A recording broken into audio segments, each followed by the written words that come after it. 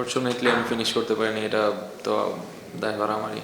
কোন জায়গায় মনে হলো যে চেষ্টা হেরে গেছে? আমাদের ফার্স্টে স্টার্টটা মোটামুটি হয়েছে, বাট উইকেটও পড়ে গিয়েছিল। তো ওখান থেকে আমরা যখন কাভার আপ করার চেষ্টা করেছি, খেলা ততক্ষণও মনে হয় ছিল আমি যতক্ষণ ব্যাটিং করছিলাম। আমার কাছে মনে হয় আমি আউট হওয়ার পরে আমাদের মোমেন্টামটা অপোজিট সাইডে চলে গিয়েছে। আপনি যখন আউট হলেন তখন মনে হয় আরো 3 ওভারের মতো বাকি তানভীরের করার মতো একটু ডিসঅ্যাপয়েন্টিং কিনা যে আপনি থাকলে ওই 3 ওভারটা পাইতেন, পজিটিভ ম্যাচ আছে? হ্যাঁ, পজিটিভ ম্যাচ আপ ছিল আমার জন্য, অবশ্যই ইজি হইতো, বাট আনফরচুনেটলি আমি ফিনিশ করতে পারিনি, এটা তো দায়ভার আমারই। মানে এই সিজনে তোমার দুইটা তিনটা ম্যাচে দুটো 40 ওভার ছিল, একটা 30 ওভারের। জিনিসগুলো বড় হচ্ছে না, তো সিঙ্গেল ফিগারে আউট হয়েছে সেটা তো হলো।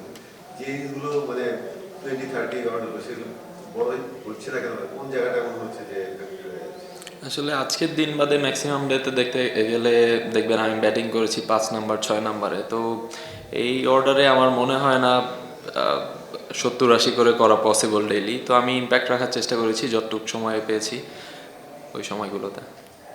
ওপেন করে এটাকে ভালো করেছেন, তিনে তো ফেলেছেন, সো ডেফিনেটলি মানে you prefer top order 3 number বা এরকম? এটা আমার জন্য ইজি হয়, আমি পাওয়ার প্লেটা পেলে আমার খেলা গোছাতে ইজি হয়। ক্যাপ্টেন মিরাজ একটু শাফলিং করছেন, কখনো উপরে কখনো নিচে। ওনার ব্যাটিং পজিশনটাকে ওনার পারফরমেন্সের উপরে একটু এফেক্ট করছে মনে হয়?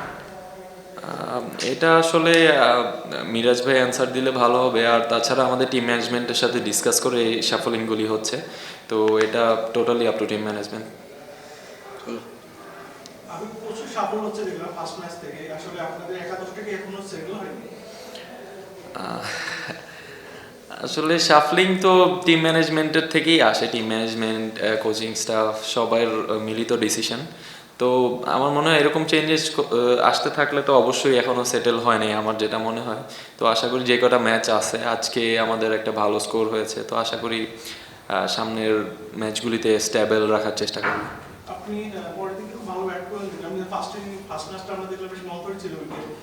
এই পরের ম্যাচটা আসলে কেমন দেখলেন? মানে ব্যাটিং জন্য ইজি ছিল কিনা? ব্যাটিংয়ের জন্য ডিউ থাকলে অলওয়েজ একটু বলারদের জন্য টাফ হয়, সেই জিনিসটাই হয়েছে এই ম্যাচেও। আমাদের ফার্স্ট ইনিংস থেকেও একটু একটু ডিউ ছিল, তো আমাদের বলারদের জন্য ডিফিকাল্ট ছিল, আর অপোনেন্ট বলারদের জন্য তো আরও ডিফিকাল্ট ছিল, পরে আরও ডিউ এসছে।